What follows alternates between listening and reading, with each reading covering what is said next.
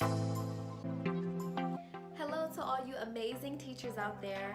I come to you today partnering with the Energy Coalition through their Peak Student Energy Actions Program. And I'm going to teach you guys how to build a motor. Hope you guys enjoy. The objective of today's tutorial is to understand how to build the motor and also the difference between electrical energy and mechanical energy. So let's get to it. I hope you enjoy and have just as much fun as I did creating it. Trust me, it may seem challenging at first, but it's all part of teaching our students about critical thinking and learning problem-solving skills. Okay, well, let's get started. So, step 1, read through the entire Motor On, Motor Lab number 2 handout. If you have any questions here, there are web connections that you can refer back to at the bottom of the first page. Step 2, verify that you have all of the necessary materials for your students. A nail, insulated wire, wire cutters, 1 roll of tape, 1 or 2 motors, paper clips, 2 magnets, sandpaper, and 1 transformer, which is like our battery. First, go ahead and measure 6 inches of your insulated wire. You will be using a wire cutter to cut your wire. Make sure it's unlocked, and you're going to be using the vertical blades to cut the wire. Okay, here's the tricky part. Now you're going to use the same wire cutters to strip the wire. You're going to strip the plastic coating off of the wire to expose the wire inside.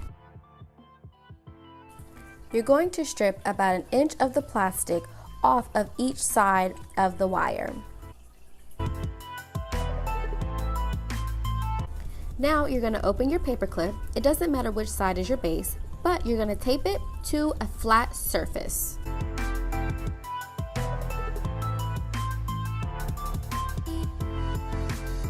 Make sure the plastic ends are even, and you're going to wrap the tape around them and tape them together.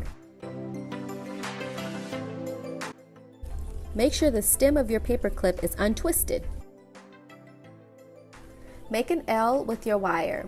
You want to make sure that the top of your L, the vertical piece, is almost even with your paper clip bracket.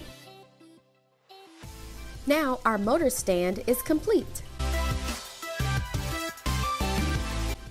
Using the nail, you're going to open the metal clips that attaches the plastic piece of the motor to the metal piece of the motor. Removing the plastic piece, you will see the motor inside of its metal shell. Great, it looks just like our picture provided, so we're on the right track. Please be sure to read through all of your troubleshooting tips. We may need them later on. The next step is to place our motor inside of our stand. You want to make sure that our Y bracket and our paper clip bracket is as even as it possibly can so that the motor is balanced. As you can see, you're going to wrap your paper clip around the rod of your motor. Now I'm going to be doing this a couple of times just to make sure that I get it steady. Whew, okay, I think I got it. It looks great, right? Placing the magnets around the motor, nothing's happening.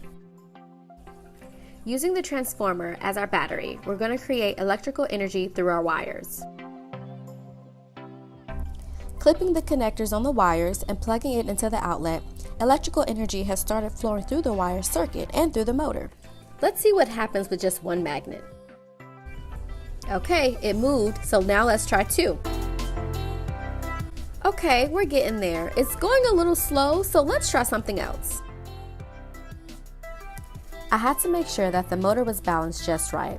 The copper axle of the motor can only be touching the Y stand of the wire. It should not come into contact with any plastic parts because electricity will not be allowed to flow through.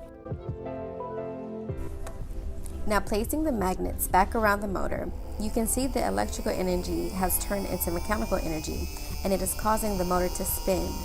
The closer the magnets are, the faster the motor spins. The further apart the magnets are, the slower the magnet spins. Ta-da! We did it, guys! The Energy Coalition, TEC, is proud to support classrooms. through hands-on science and action-based activities.